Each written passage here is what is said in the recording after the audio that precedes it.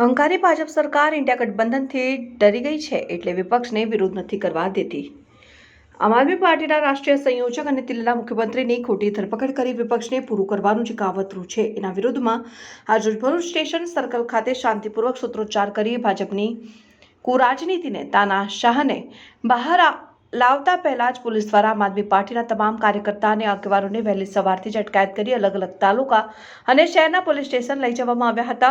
વિપક્ષ આમ જનતાનો અવાજ છે અને આ સત્તાના નશામાં ડૂબેલી અહંકારી ભાજપ સરકાર વિપક્ષને પૂરો કરવા માંગે છે તો જનતાના કામ ક્યાંથી થશે। Reporter Azhar Pathan, સત્યડે news, Bharuch. આજ રોજ દેશભક્તિ શૌર્ય ના પ્રતીક એવા વીર શહીદ ભગતસિંહનો પુણ્યતિથિનો દિવસ છે, જે ભારતમાં શહીદ દિવસ તરીકે ઉજવવામાં આવી રહ્યો છે।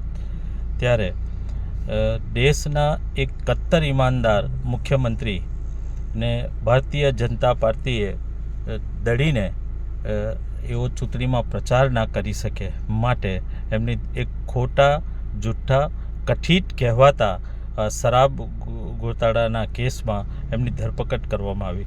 એના વિરોધમાં આખા દેશના જનતા અને ખાસ કરીને ઇન્ડિયા ગઠબંધનના તમામ વરિષ્ઠ નેતાઓએ પણ જેનો વિરોધ પ્રદર્શિત કર્યો। આજ રોજ ભરૂચ જિલ્લામાં પણ આમ આદમી પાર્ટી દ્વારા એક ધરણાનો કાર્યક્રમ રાખવામાં આવેલો હતો। ત્યારે આ ભારતીય જનતા પાર્ટીની સરકાર, જે આમ આદમી પાર્ટીથી ડરી રહેલી સરકાર છે, ભરૂચની બેઠક એક એવી બેઠક છે જે ભારતીય જનતા પાર્ટી હારે છે, ત્યારે આમ આદમી પાર્ટીના તમામ કાર્યકર્તાઓને ઘરેથી ડિટેન કરીને આ કાર્યક્રમ ન થાય એવો પ્રયત્ન કરવામાં આવ્યો। મારી વાત કરું તો મારે ત્યાં પણ સવારે 7 વાગ્યાથી પોલીસને મૂકી દેવામાં આવી, પરંતુ મારો કોઈ પણ હિસાબે એવો પ્રયત્ન હતો કે આ ધરણાના કાર્યક્રમમાં હું પહોંચું, તો મને જે 5-7 મિનિટનો સમય મળ્યો એમાં હું ઘરેથી નીકળી ગયો, ભરૂચ પહોંચી ગયો।